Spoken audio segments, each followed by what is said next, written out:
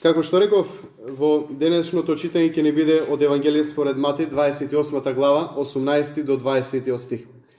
Вели вака: Тогаш Исус им се приближи и им рече: Дадена ми е сета власт на небото и на земјата.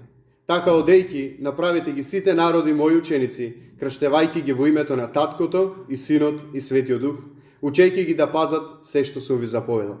И еве, јас сум со вас во сите дни, се до свршетокот на светот. Амин. Верувам дека сите кои што живееме на ова поднебие многу добро го знаеме значењето на зборот аманет. Аманет е доверување на одредена работа или барање да се изврши одредена работа основана на доверба или завет за кој се бара одговорност. Најчесто луѓето пред да го напуштат овој свет имаат некоја последна желба, или да се нарекува аманет, и таа желба не ја кажуваат на било кого, туку таа желба ја кажуваат на најблиските и од најблиските на оние во кои што имаат најмногу доверба. Не на сите најблиски, туку на оние на кои што најмногу имаат доверба. И Господ Исус, пред да се вознесе, откако воскресна, пред да се вознесе на небото, тој на неговите ученици им ја кажа неговата последна желба, им го остави неговиот аманет. Таа последна желба, или тој аманет, беше да одат и да продолжат да го проповедаат Евангелието и да прават Христови ученици од сите народи, да ги крштеваат и да ги учат, да ги пазат неговите заповеди. И овој аманет не беше оставен само за апостолите, туку тој аманет е оставен и за нас, за сите оние кои се нарекуваме Христови ученици. А тоа и сме. Амин. Но пред да разгледаме што подразбира овој аманет, најпрво ајде да разгледаме кој е тој кој што од нас бара да направиме толку голема работа да извршиме. Во 18 стих вели: Тогаш Исус им се приближи и им рече: Дадена ми е сета власт на небото и на земјата. Драги браќи и сестри, Господ Исус пред да им каже на неговите што бара од нив, најпрво им се представи кој е тој и потоа им кажа што бара од нив да извршат. И тогаш задачата, откако тој им се представи, задачата доби уште поголема тежина, бидејќи тој аманет не го остава било кој. Тој аманет го остава оној кој има сета власт на небото и на земјата, семокиниот Господ Исус Христос. Нито еден обичен човек не можеше да го каже тоа што го каже Исус: Јас ја имам сета власт на небото и на земјата. Само Исус, Синот Божи, Господ, врховниот владетел на се, можеше да го каже тоа. И тој тоа го кажа. Ке се сетите сите во Евангелие според Матеј 4 глава 8 до 9 стих, ѓаволот еднаш му ги понуди на Исус сите царства на светот. Му понуди власт. Вели, ѓаволот пак го одведе на многу висока гора и му ги покажа сите земни царства на светот и нивната слава. И му рече: Ќе ти го дадам сето ова, ако паднеш и ми се поклониш. Тогаш Исус му рече: Оди си од мене, Сатано, зашто е напишано: На Господа твојот Бог ќе му се поклонуваш и само нему ќе му служиш. Браќи и сестри, Исус не падна да му се поклони на ѓаволот, туку остана да му биде послушен на својот татко, и затоа Исус ја доби не само власта на земјата, туку тој ја доби и сета власт на небото, односно власта на целата вселена. Во Ефесијаните, 1 глава, 19 до 22 стих ни објаснува малку повеќе за таа власт. Вели, колку е огромна силата со која тој работи за нас, кои му веруваме. Таа истата, онаа моќна сила, со која тој го воскресна Христос од мртвите и му го додели почесното место на небото од својата десна страна. Христос е високо над сите власти, над сите сили и господари, над секого, не само во овој свет, туку и во идниот. Бог се постави под власта на Христос и го постави за господар над се во полза на црквата. Амин. Гледаме овде каде е Исусовата позиција. вели Христос е високо над сите власти. Не постои власт која што е над Христовата власт. Над сите сили, над сите господари, над секого, не само овој свет, туку и во идниот свет. Христос е над се. Над него не постои ништо. Во Филипјаните 2 глава, ако отвориме од 9 до 11 стих, вели, па затоа Бог го превозвиши и му даде име што е над секое име. Та во името Исус да се поклони секое колено на се што е земно, подземно и секој јазик да исповеда дека Исус Христос е Господ, за слава на Бог Отецот. Амин. Овде гледаме дека Христос има апсолутна власт, Бог му ја даде таа власт да пред него се поклонат сите народи, секој колено. И оние кои што не му веруваат, и оние кои што се сомневаат во него, и оние кои што го злоупотребуваат неговото име, и тие кои што не му веруваат, еден ден ќе застанат пред него. И кога ќе го видат во неговото величество, во неговата слава, нема да можат да не паднат и да се поклонат и да речат: навистина, Исусе, ти си Господ. Но жалната работа за нив што таа изјава нема да ги спаси. Изјавата Исус е Господ спасува. Ако отворим во Римјаните, ќе видиме, вика, зашто ако со твојата уста исповедеш дека Исус е Господ и во твоето срце поверуваш дека Бог го воскресал од мртвите, ќе бидеш спасен. Што е потребно за спасение? Да исповедаш дека Исус е Господ, да веруваш дека Бог го воскресал од мртвите. Таму луѓето ќе исповедаат, но нема да бидат спасени. Зошто? Бидејќи можноста за покаяние и за спасение е овде на земјата. Таму е веќе судот. И заради тоа, доколку има некој кој што се уште не поверувал во Господа Исуса Христа и не го загосподарил во својот живот, топло ви препорачувам, драги пријатели, прифатете го Исус во вашето срце сега, додека е време. Секако ќе му се поклониш, дали тука или таму ќе му се поклониш. Но ако му се поклониш тука, ќе бидеш благословен. И заради тоа ве повикувам на тој благослов. Сите кои што го немате прифатено Исус во вашите срца, поклонете му се уште тука, примете ја неговата власт, неговото господарство во вашиот живот. За да кога ќе бидете на небото, тогаш ќе му се поклоните и тоа поклонение ќе ви биде радосно, исполнето со радост, затоа што ќе биде примени во радоста на на вашиот Господар. И во почетокот, пред Господ Исус да дојде на земјата, целата власт на небото и на земјата му припаѓаше нему. Меѓутоа, тој, иако беше во Божиот лик, не сметаше дека треба да го искористи тоа што е еднаков со Бога, но сам себе се понизи, земајќи лик на слуга, се изедначи со луѓето, по изглед се покажа како човек. Сам себе се понизи, сам себе се откажа од таа власт привремено додека беше овде на земјата. Со други зборови, Исус доброволно се откажа од неговата власт додека беше овде на земјата за да може да послужи. Но по неговото воскресение тој повторно ја доби таа иста власт. Семоќен владетел на универзумот, царот на царевите и господарот над господарите. Затоа, знаејќи кој е тој кој што ни го остава овој аманет да правиме нови ученици, исполнувањето на тој аманет нам треба да ни биде света задача. Света задача која ќе се стребиме да исполниме со сето свое срце. А задачата на аманетот се наоѓа во 19 стих.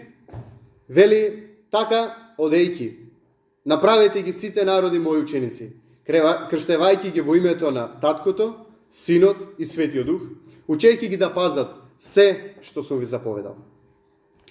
Исус им го рекол ова на своите ученици затоа што му била дадена сета власт. Бидејќи Исус е Господар на универзумот, ние, браќи и сестри, сме повикани да одиме и да го воспоставиме неговото владење над сите народи и народности во светот. Затоа што тој е Господар на сите народи, затоа тој бара од нас да направиме негови ученици од сите народи. Не само од едни, не само од други, од сите народи во целиот свет. И оваа заповед, може би ќе се зачудите, ама оваа заповед не е само за пасторите. Оваа заповед не е за пасторите само како што многу верници мислат. Тие треба да одат, тие треба да прават цркви, тие треба да евангелизират. Оваа заповед е за сите кои што се идентификуваат како Исусови ученици. Ке се сетите на Самарјанката, која што Исус ја сретна кај бунарот. Откако она се сретна лице в лице со живиот Господ и откако го прими спасението, поверува во Господ Исуса Христа, таа отиде и на цел град им раскажа, цел град, од една жена, која што претходно беше жена која што никој не сакаше ниту да ја види, ниту да ја поздрави, ниту пак нешто да слушне од нејзе. Од нејзе луѓето велеа нема од таа жена што паметно да се научи, бидејќи таа била жена блудница. Но оваа жена, откако поверува во Господ Исус, се врати во тој град. И цел град направи да дојде кај Исус и да види кој е тој. Дали беше таа пастор? Не беше. Таа беше Исусов ученик. И Бог не повикува сите кои сме Исусови ученици цврсто да се држиме за аманетот кој што Исус ни го остави. Во 19 стих ми се допаѓа динамичниот превод на Новиот Завет за првиот глагол кој е употребен во тој стих, а тоа е глаголот одејки наместо само одете. Во граматиката тоа се нарекува глаголски прилог и тој искажува дејство кое што оди паралелно на некое друго дејство. Или го објаснува начинот на кој се врши дејството на главниот глагол. Главниот глагол во 19 стих е правете ученици. А останатите глаголи како одејки, крштевајки и учејки ги се глаголи кои што објаснуваат на кој начин се прават Исусови ученици.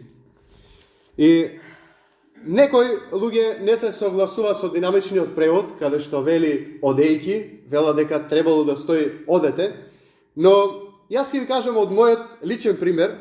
Мене Господ ви реков дека ме повика во служба да основам цркви и фала му на Господ, до сега основав 3 нови цркви и неколку домашни заедници. И имам едно прашање за вас. Што мислите, како ги основав? Отидов и ги основав или одејки ги основав? Ако беше отидов и ги основав, тогаш ќе изгледаше вака. Отидов во село Козјак, влегов во селото и реков: овде нека бидат ученици Христови и нека настане црква, и бидна црква. И видна вечер, па утро, втор ден. И вториот ден отидов во село Амзабего, гледам убаво село, ама нема Христови ученици, и викам: и овде нека бидат Христови ученици, и бидна ученици, вечер, па утро, трети ден. И третиот ден одам во Ерџелија, Светениковско село, и викам: и овде нека бидат Христови ученици. И бидна ученици, вечер па утро, четврти ден. И до сабота, уште тие домашните групи, и еве ме недела кај вас. Драги браќи и сестри, само Господ работи на тој начин. Само Господ можеше во 6 дена да создаде се со збор. Нека биде и бидна, нека биде и бидна, нека биде и бидна. Но ние не можеме така да правиме Христови ученици. Ученици Христови така не се прават. Сите тие 3 цркви ги основав одејки, работејки на ниви, работејки на лозје, со луѓе кои што копаа лево и десно ред од мене, го споделував Евангелието со нив, работејки други работи, возејки такси, и сите глаголи завршуваат со ки, одејки, возејки, работејки, помагајќи на многу луѓе во тие села, кога градеа цркви. Господ ми дал градежни способности, па отидов, доброволно им помогнав да изградивме однос преку тоа и така започнавме полека. Евангелизирањето, правењето на ученици не се случува преку ноќ. Не можеш да кажеш: јас сега ќе одам таму и од Трајко, Јанко и Петко ќе ги направам денес Христови ученици. Секој час ако можеш тоа, ако успееш, слава на Бога. Но јас искрено се сомневам дека тоа така ќе се случи. Подигањето на Христови ученици, браќи и сестри, е долг процес, кој што бара многу труд, многу ревност, многу посветеност и страјност. Бара многу жртви и одрекување. Јас, за да ги донесам моите другари, обично овие цркви ги започнав помеѓу моите другари и роднини. И за да ги донесам најпрво моите другари во село Козјак, тоа беше првата црква која што ја основав, за да ги донесам до Христос, најпрво беше потребно јас да се одречам да се одречам од експерименталниот стил младешки на живот, каде што се пробува се што ти се нуди. Јас бев дел од нив, они беа дел од мене, заедно се дружевме по цела недела, но кога ќе дојдеше петок, они фаќа една страна, јас фаќав друга страна. Они тера, како што терат сите млади во експериментален начин на живот, но јас знаев, ако јас сакам од нив да направам Христови ученици, јас морам да се пазам себе си, чист, непорочен, за да им бидам пример, за да можам утре кога ќе отворам устата, кога ќе го споделам Евангелието, да може да ме слушат. Браќи и сестри, ако сакаме да правиме Христови ученици, мораме прво да научиме да проповедаме со нашиот живот, и тоа да го проповедаме долго време, луѓето да го читаат Евангелието од нашиот живот, и тек после, откако ќе видиш дека убаво го читаат, го разбираат Евангелието од твојот живот, тогаш да ја отвориш устата и да им го споделиш Евангелието.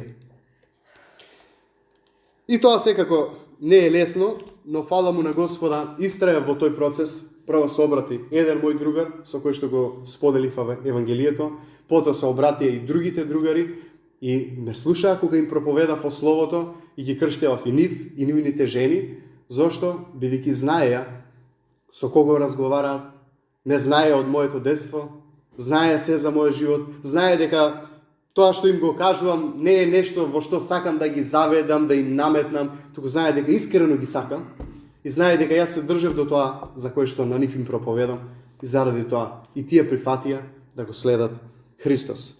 Но проповедањето на Евангелието, евангелизирањето не е оди така лесно. Јас ви го кажав ова сега можеби во 3 минути како се започна, но не беше толку лесно. Додека го проповедаме Евангелието, браќи и сестри, треба да бидеме спремни, подготвени да истрпиме многу прогонства, болки, страдања, отфрленост, ругања и слично. И Господ Исус сето ова ни го кажа, да не ви изненади. Исус ни кажа во Марко 13 глава 13 стих вика: ќе бидете намразени од сите заради моето име. Кој ќе претрпи до крај, тој ќе биде спасен.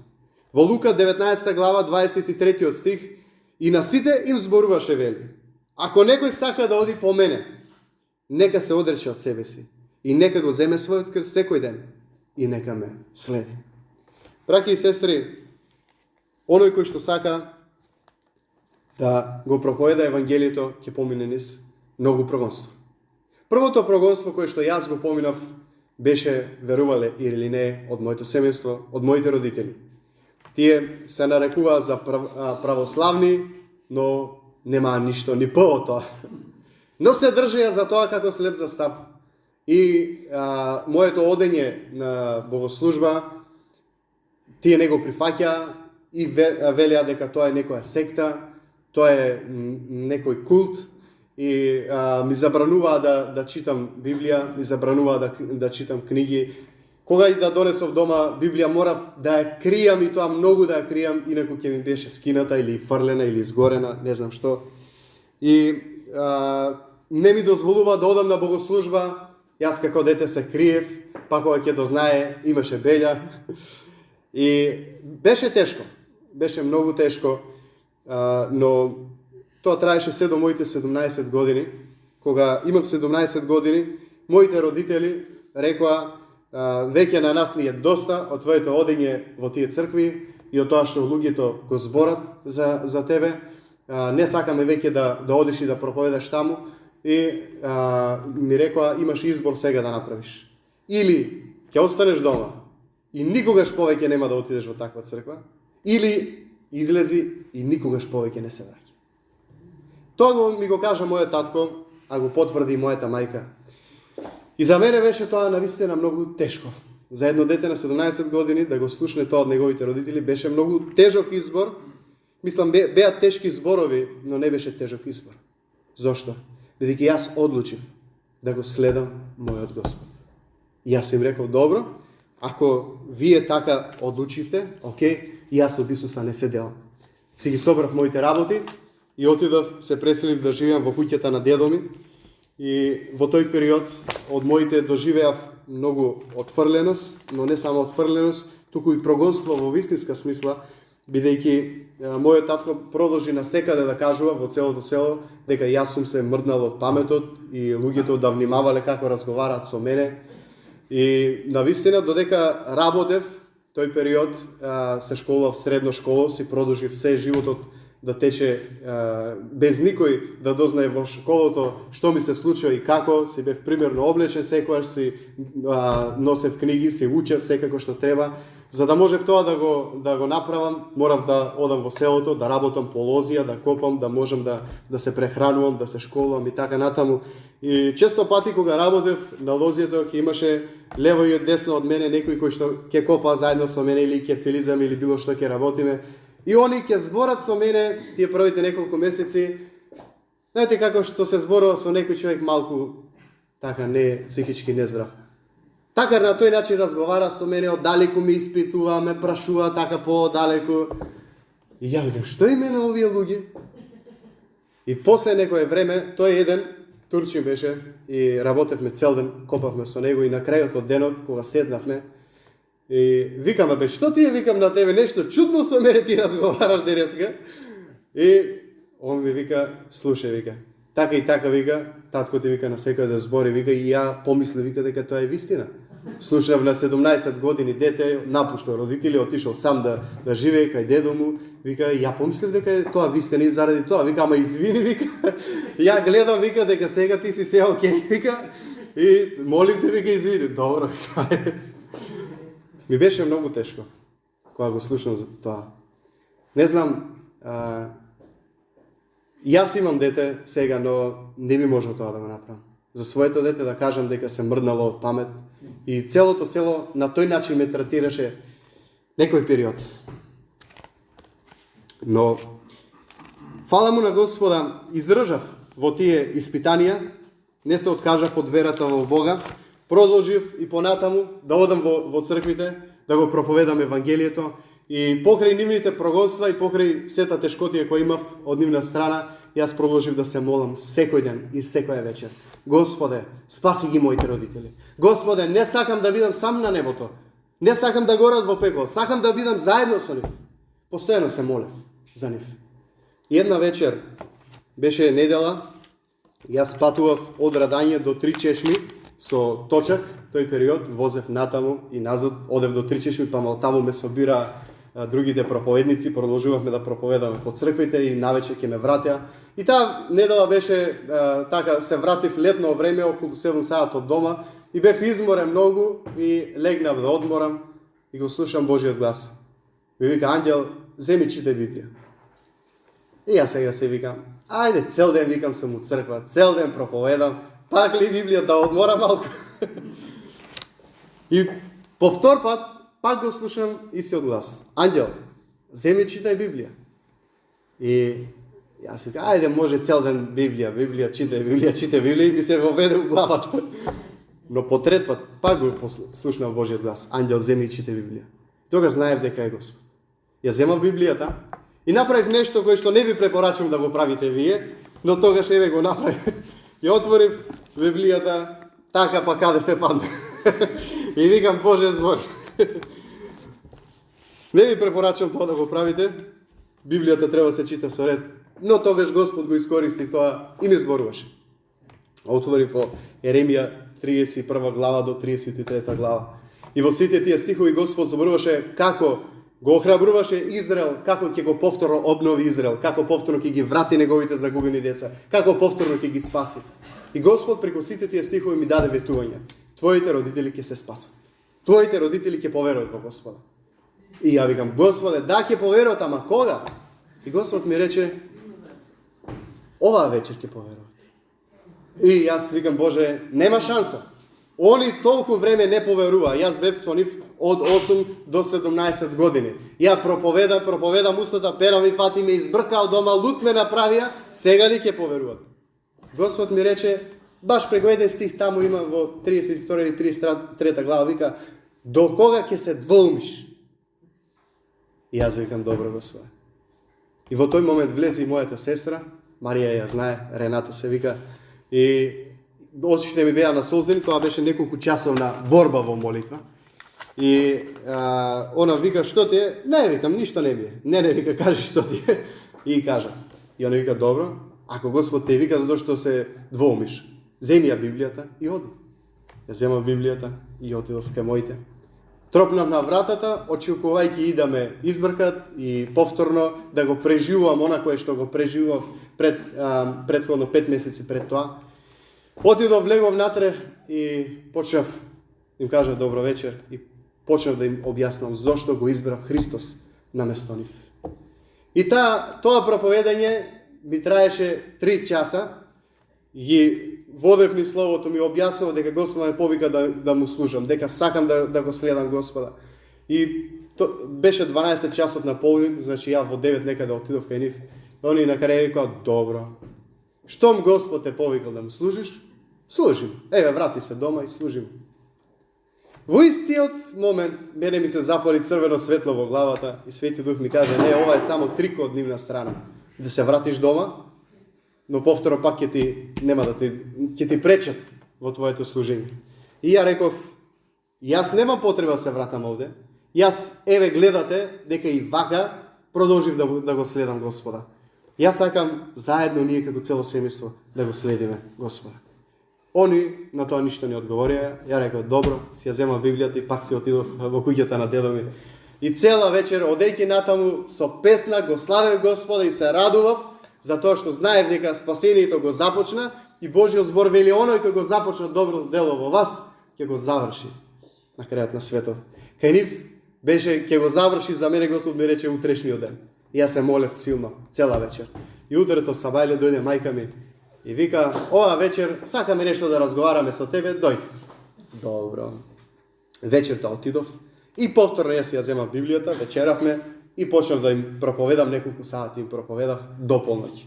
И на полноќ, веќе последните околу 11 часот до 12 часот, видов како Свети Дух направи моќна разлика во нивните животи. Видов како Господ им го смени лицето. Они почнаа да плачат. И ми се извинија на полноќ. Бара од мене прошка. Да им опрости. И фала му на Господа, им опростив, и они рекоа, и ние сакаме да го следиме Господ. И тоа беше таа вечер 2013 година, кога ноември месец, кога ги водев моите родители во покајничка молитва. И истата таа година тие го отворија нивниот дом за Господа и започнавме црквата, тоа се собирав под кирија на неколку локации, меневме во селото, татко ми рече, ајде кај нас дома нека биде црквата. И започнавме да се собираме дома и да го славиме Господа во нашиот дом, но секоја вечер предходно јас од нив правев Христови ученици. Секоја вечер кога ќе си дојде втора смена од школа, ќе јадевме и ќе седневме до 10, 11, 12 часот навечер, ќе го проучувавме Евангелие по Јован и неколку други работи кои римјаните кои знаев дека се клучни за верата да разберат. 2 години тој процес траеше. И они секоја вечер за тие 2 години се едевме, се молевме и Господ работеше во нивните срца. И тоа е се прекрасно. И пред 2 години моите родители одлучија да се крштеваат и ги крстив во реката Брегалница. Заедно со уште 15 души од селата кои што се обратија во овој период. Но гледате дека евангелизирањето не оди преку ноќ. Тоа е тежок процес. Аманетот кој што Исус го остави не е лесен, но има награда ако сме верни на тој аманет. Во Матеј 5 глава 11 до 12 стих вика: блажени сте вие кога ќе ве срамат и прогонуват и кога ќе говорат против вас секакви лоши зборови, лажно заради мене. Радувајте се и веселете се, зашто голема е вашата награда на небесата. Така ги гонеа и пророците што беа пред вас. Амин. Секој оној кој што сака вистински да чекори со Господа, ќе помине низ многу прогонства. Денеска луѓето не се смевани, не се прогонувани и не ли е малку чудно? Чудно е затоа што никој не сака да проповеда за Христос. Затоа што сите се викат, ова е нешто лично, ова е нешто приватно. Не треба да го делиш со другиот. Ако си ти поверувал, ќути си и трај си. Ама тоа ти така велиш. Или подобро да кажем, ѓаволот така те учи. А Исус вели, одете и одејќи проповедајте го Евангелието. Реков, многу ми се допаѓа зборчето, динамичниот превод, одејќи. Зошто? Бидејќи некои луѓе велат, па јас немам време да евангелизирам. Савајле треба да станам у 6 или 5:30, да го однесам детето у градинка, да брзам автобусот да го фатам на работа да одам, да си дојдам дома, јадење да направам, да исчистам малку, таман ќе седнеме да јадеме, се стемнило. Кога да го правам тоа? Добро, па Божиот збор вика, одејќи во градинка да го носиш детето во градинка, стави си во џепчето трактати и таму остави на клупичките, остави некаде и пак ти оди си на работа. Работејќи таму со колегата, наместо да зборите не знам што, да бистрите политика, зборовиот Божиот збор. Има овој свет сега моментално, има толку многу мрачни вести. Секоја вест е мрачна вест. Не бива, не оди, лоша политика, лоша влада, се од лошо по лошо. На овој свет не му треба да му го повтори и ти да се вклучиш да го повторуваш тоа. На овој свет му треба радосната вест. Исус Христос умре, праведниот за неправедните, за да ги спаси грешниците, како мене и како тебе, драг колега, на работа, да му кажеш. Секој споделува махи додека сме на работа, имам проблем со ова, имам проблем со она. Немој да молчиш. Кажи му. Исус Христос е решението на секој проблем. Тој вика, дојдете кај мене сите кои сте обременети, сите кои сте натоварени, дојдете, јас ќе ве растеретам, јас ќе ве ослободам. Проповедете го Евангелието, браќи и сестри. Немојте да молчите, затоа што вашето молчење нив ќе ги однесе во пеколот. И Божиот збор е многу сериозен во однос на таа тема. Бог вика, ако незнабожникот загине без да ти му кажеш дека треба се покае, неговата крв вика ќе ја барам од тебе. Бог е сериозен на тоа. Бог ќе бара отчет еден е за аманетот кој што ни го оставил, браќи и сестри. Сетете се за параболата од талантите. Исус рече, Господарот, Царството Божјо прилега на човек кој што вика отиде во далечна земја на пат, но меѓутоа ги собра неговите најблиски на кои што им довери таланти, на едниот 10, на другиот 5, на третиот 2 и како ли беше. И вика, работете, тргувајте и ќе се вратам да побарам сметка. Исус се врати, Господарот се врати од приказната знаеме и побара сметка. Тие кои што работеа, кој колку имал дарва, видите, Бог не очекува од тебе да бидеш Били Греам. Може би очекува. Слава на Бога ако е така. Ама Бог очекува од тебе да бидеш како Самаријанката. Каде и да одиш, зборувај што Исус направи во твојот живот. Бог не очекува од тебе спасат милиони души. Може би само 2 Бог очекува во твојот живот 2 луѓе да поверат во Исус преку тебе. Но тоа не значи само на 2 да им го проповедаш Евангелието. Ти треба на сите. Царството Божјо прилега на мрежа која се фрла во морето. И се вадат многу риби. И потоа некои се чистат. Исус вика, мнозина се повикани, малку мина се избрани. Ние на сите им проповедаме Евангелие. Но може би еве преку тебе само 2 ќе се спасат. И ќе примиш наградата за тие 2. Но Божјиот збор вика тешко тебе, ако не го проповедаш Евангелието. Апостол Павле ги употреби тие зборови, вика тешко мене, ако не го проповедам Евангелието. Затоа денеска ова не е популарна тема во црквите. Денеска во црквите е најпопуларна тема Бог те љуби. Благодат само. Се е прекрасно. Уживај, уживај. Исус не рече аманетот, слушајте, легнете, уживајте. Не вика, станете и одете, одејќи, правите ученици. Така?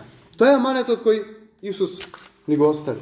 Би сакал да споделам неколку работи, неколку мудрости кои Бог ми ги даде во процесот додека ги започнував цркви, додека ги градев црквите, па сакам да ги споделам тие работи со вас.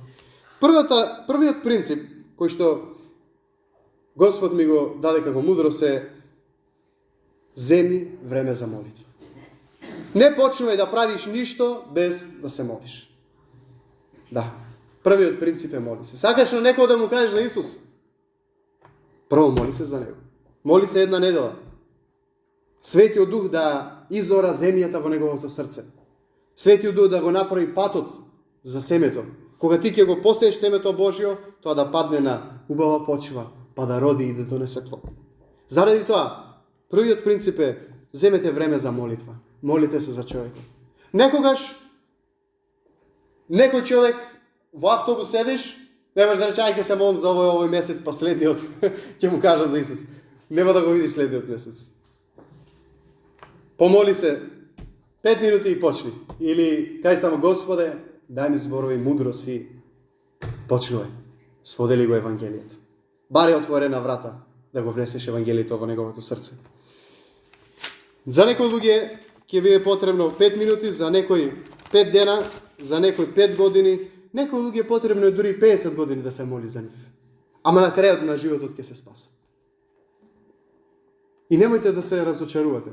Бидете упорни. Господ е тој кој што работи на срцата на луѓето. Бог е тој кој што ги омекнува камените срца. Мојот татко, јас ќе речам, беше најтврдиот, најтврдоглавиот човек кој што воопшто можеше да му благословиш. Ама Господ му го промени срцето. Зошто? Бидејќи Божјиот збор вели човечките срца се во Божјата рака. И тој едни може да отврдне, други може да ги омекне. Затоа, знаејќи го ова, молете се, Господе, омекни му го срцето на тој и тој, за да го прими Евангелието. Ти спреми го неговото срце, за да го прими Словото тоа.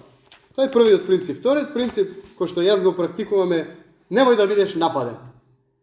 Најчеста грешка правиме кога евангелизираме, кога сакаме од некого да направиме Христов ученик, ние прво му одиме, слушај, што ти се овие икони дома?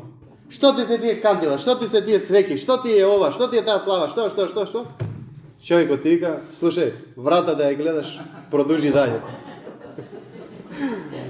Ако ме почнуваш, седи, прави му обед како човек, ако не ме напаѓа. Да, така ќе ти кажат луѓето.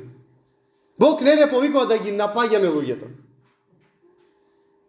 Бог не те повикува да исправаш крви дини, да му кажуваш што тој треба. Да, тоа е дел од учеништвото, ама учеништво се започнува кога ќе имаш ученик. Не пред тоа. Ние сакаме пред да ги евангелизираме луѓето, да им кажеме што ги чека. Слушај, ако поверуваш во Господ, ти треба од ова да се откажеш, треба од тоа да се откажеш, треба од тоа, и он на крај, знаете, само од една работа се откажува. А од тоа е да те слуша тебе. Да. Сите други работи ги си ги држи. Затоа да бидеме мудри. Еден професор на библиската школа ми даде еден добар пример. Вика, како на едно куче можеш да му земеш коска. Оно вика е фатило со забите. Ти тегли му е, ќе го теглиш и него. Крени ја коската, ќе виси на коската, вика. Удри го со стап по глава, нема вика да ја пушти. Како да му ја земеш коската? Фрли му парче месо и само ќе ја пушти, вика коска. Тоа е голема мудрост. Проповеде го Евангелието. Кажи радосната вест на тој човек. Дека Исус те сака. Исус сака да те промени. Има власт, има сила да те промени. Може би си пробал сам, си се разочара, Исус може да го промени тоа во тебе. Исус те љуби, Исус умре за тебе, Исус те спаси. Исус сака да те спаси. Кажеме радосната вест. А отпосле, кога тој ќе стане Христов ученик, тогаш процесот на учеништво започнува. И за тоа потребно е време. И тука влегуваме во третиот принцип, а тоа е немој да брзаш. Немој да брзаш на еден човек, се одедаш да му кажеш што треба да прави, како треба да прави. Тоа така не оди. Тоа оди постепено. Дозволи му на човекот најправен да те запознае како свој пријател. Најправен да знае дека не му мислиш лошо, дека не сакаш да го заведеш на лош пат. Да знае дека му го мислиш доброто. Да стекне тој човек доверба во тебе, па тогаш се што ќе му кажеш, откако ќе ти верува, откако ќе има доверба, откако ќе да знае за свој пријател, ќе знае дека го сакаш, се што ќе му кажеш ти, ќе држи вода во неговата глава. А претходно, ништо. Заради тоа, многу важен принцип е, немојте да брзате во процесот на учеништво. Потребно е време. Најважниот принцип, кој што претходно го спомнав, низ моето сведоштво, тоа е принципот да го проповедаме Евангелието прво од нашиот живот. Не можам јас да дојдам и на некој да му кажам, слушај, вака и вака, Исус сака да бидеме негови ученици, а со цигарата на уво и да му зборувам. Нема да те слуша. Ке рече, чекай, каков Господ, шо збориш ти? Па и ти исто како мене, истото го правиш. Нема по-лошо од тоа едно да проповедаш, а друго да живееш. Така нема да градиш во Царството Божие, но ќе растуриш. Заради тоа, пред ние да правиме Исусови ученици, Бог прво не повикува да станеме негови ученици. Здрави негови ученици. Кои што ќе се држат за здравата наука на Словото. Кои што ќе бидат безпорочни. Кои што ќе имаат примерен живот. Кои што ќе имаат добар углед за надворешните. И тогаш имаш право и власт да правиш Христови ученици. Заради тоа, браќи и сестри, покрај правењето на ученици, ние да не заборавиме дека сме до крајот на нашиот живот Христови ученици. И постојано треба да учиме. И постојано треба да растеме во Христос. Постојано има нешто кое што Бог треба да го извади од нашето срце. Кое што прво ние треба да му го предадеме за да тој го земе. Постојано има некој си мал греф, ајде да кажам грешка, кој се врти во нашиот живот, кој сака не чини. Бог сака тоа да го смени од твојот живот. Бог сака да бидеш негов ученик прво, а потоа да правиш други ученици. И кога еден човек, ќе поверува во Господа Исуса Христа од тоа што ќе му го кажеме и ќе се покае за неговите гревови, следно што тој треба да го направи е да се крсти. За жал, има многу луѓе во црквите кои ќе веруваат во Господа Исуса Христа, ќе се покајат, но не сакаат да се крстат. Поминува 1 година, 2, 3, 5 години и тие велат, јас се уште не се чувствувам спремен дека треба да се крстам. Она што јас го открив како главна причина зошто луѓето не сакаат да се крстат кои што поверувале во Господа, е подеден. Тие поверувале во Господа Исуса, но се уште се мислат дали да тргнат цврсто по него. Бидејќи сакаат да го следат Христос, ама повеќе се секират за тоа што ќе кажат другите, кога ќе дознаат дека тие се крстили си ја смениле верата. Епа Исус рече, кој се срами од мене, и јас ќе се срамам од него еден ден пред светите ангели. Втората работа која што сум ја открил, причина зошто луѓето не сакаат да се крштеват, е затоа што се чувствуваат грешни и чекаат да помине време за да се исчистат. Драги браќи и сестри, крштевањето е заповед која што оди заедно во пакет со покајанието. Тоа е неразделно. Тоа е како комбо пакет. Сакаш интернет, мораш да платиш и телевизија. Ама ја не гледам телевизија, кој те пита. Има да го платиш. Така е и крштевањето. Ако читаме во Божиот збор, има некои цркви кои што има големи правилници, треба да помине 10 години, треба да видиме ова, да видиме она, да видиме. А гледајте го словото, поверува и се крштева. Поверува и се крштева. Поверува и се крштева. Истражувајте да видите во стиховите. Истата вечер поверува и се крштева. Апостол Павле во затвор проповеда Дела апостолски 16 глава со сила. Знаете што се случи, да ја скратам приказната, затвореникот поверува, одат кај затвореникот дом, односно стражарот поверува, одат кај него дома, проповедат, поверува, вика, истата вечер и се крстија. Тој и целиот него дом. Колку време помина? Истата вечер. Истата вечер. Филип оди покрај етиопјанецот со кочијата и му проповеда за Евангелието. И ова вика, гледа тука некој вирче со вода, па што ме пречи вика да се крстам? Ништо, оди крсти се. И го крштеваше човекот. Браќи и сестри, Божиот збор вели дека сите што се покаяле и поверувале, веднаш беа крстени. Крштевањето е многу важен чин пред Господа, бидејќи тој е надворешен чин која покажува промената што се случила внатре. Она за кое што тој кој што го правиш Христов ученик треба се грижише дали навистина тој станал Христов ученик, дали вистински го запознал Христос, се покајал, дали вистина поверувал во Господа. Ако поверувал, тогаш треба се крсти и после почнува процесот на учеништво, а не предходно.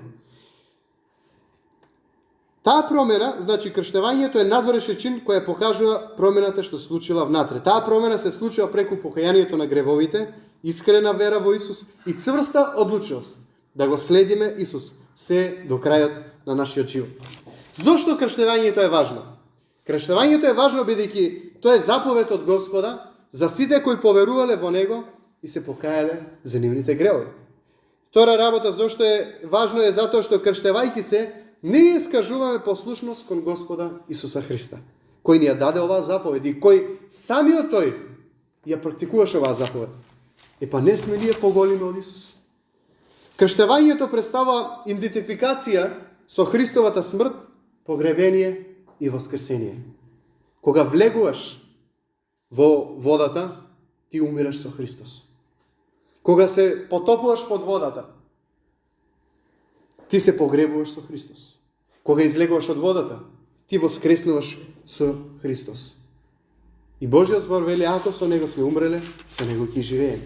Од тогаш можеш ти да започнеш и да бидеш полноправен Христов ученик и да бидеш полноправен член во црквата, да земаш прича заедно со браќата и со сестрите, затоа што таа заповед е исто така многу важна.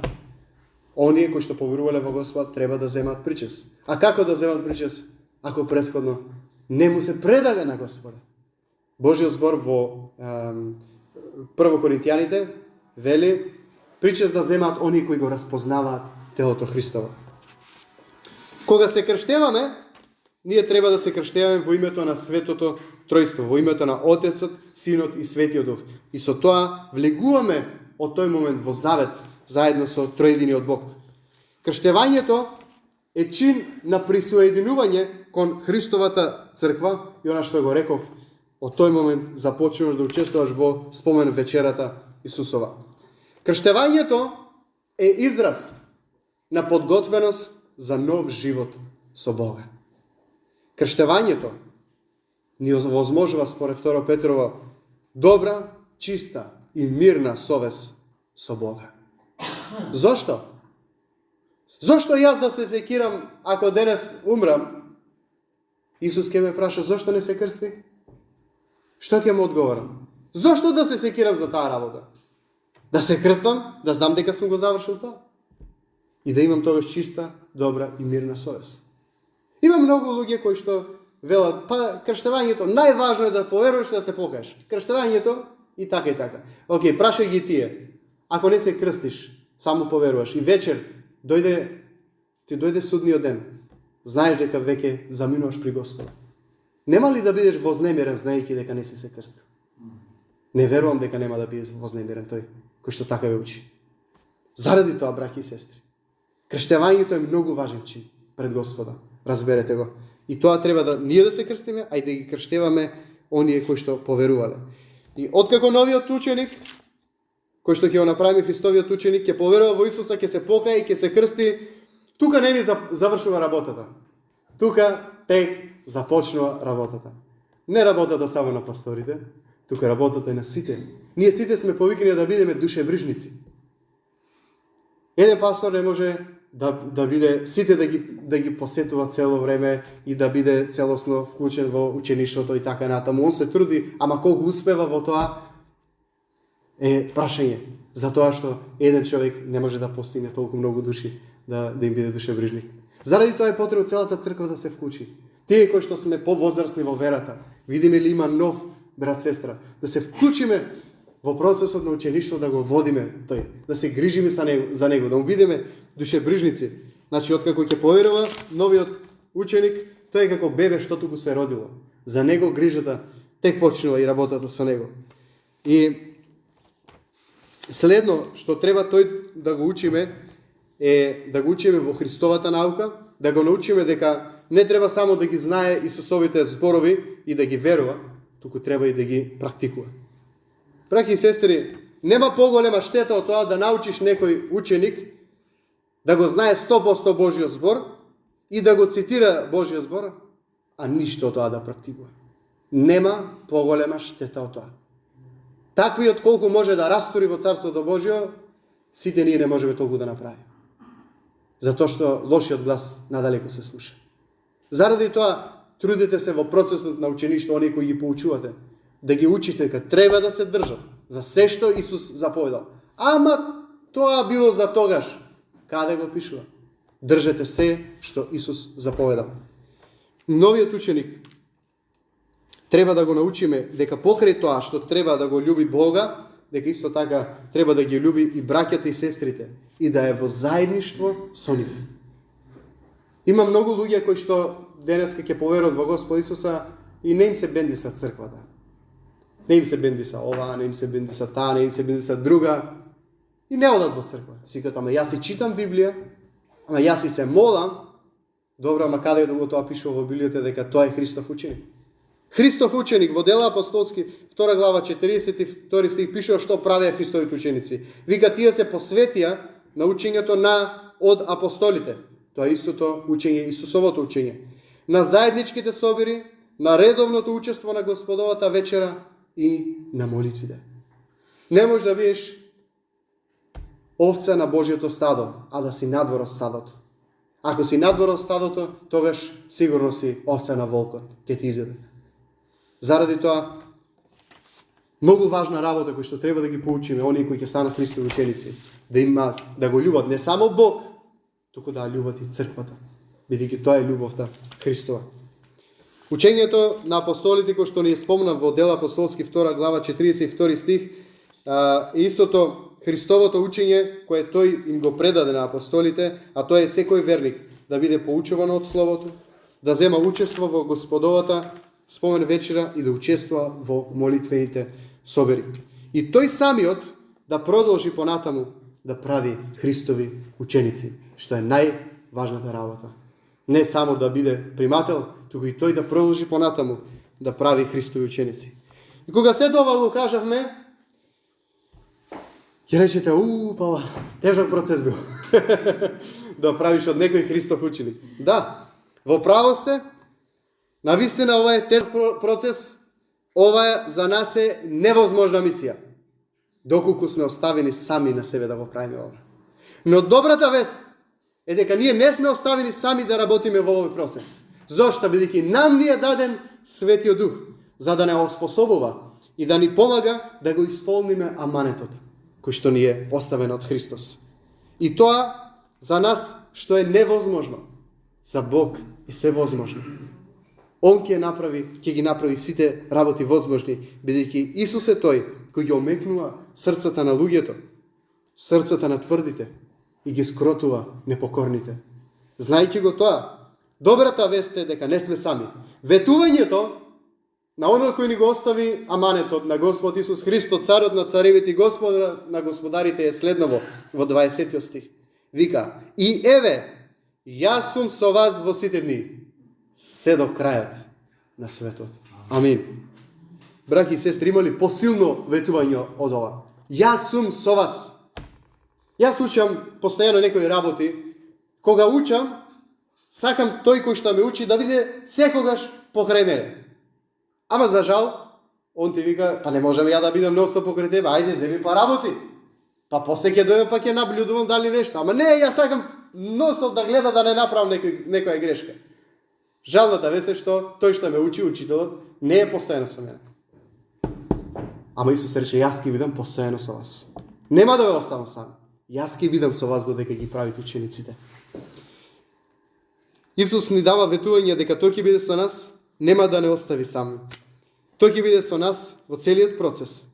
И тогаш кога ќе се обесхрабруваме, тој ќе не охрабрува и ќе ни даде сила да продолжиме понатаму. Кога ќе не навредуваат и напаѓаат заради Евангелието, тој ќе биде со нас и ќе ни даде сила да го издржиме и тој крст. И ќе ни приготви заради тоа награда на небесата.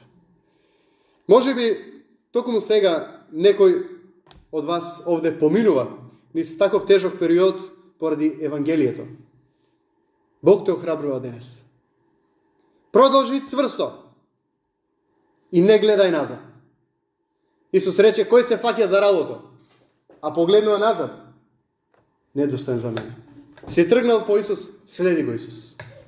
Вреди да се следи Исус. Ако Исус можеше да умре за нас, може би и ние да живееме за Него. Амин. И тој дава ветување. Никогаш нема да те напуштам, ниту ќе те заборавам. Ќе ти помогнам во се. Тој ќе биде во сите дни, се до крајот на светот со нас. Амин. Господ нека не благослови сите.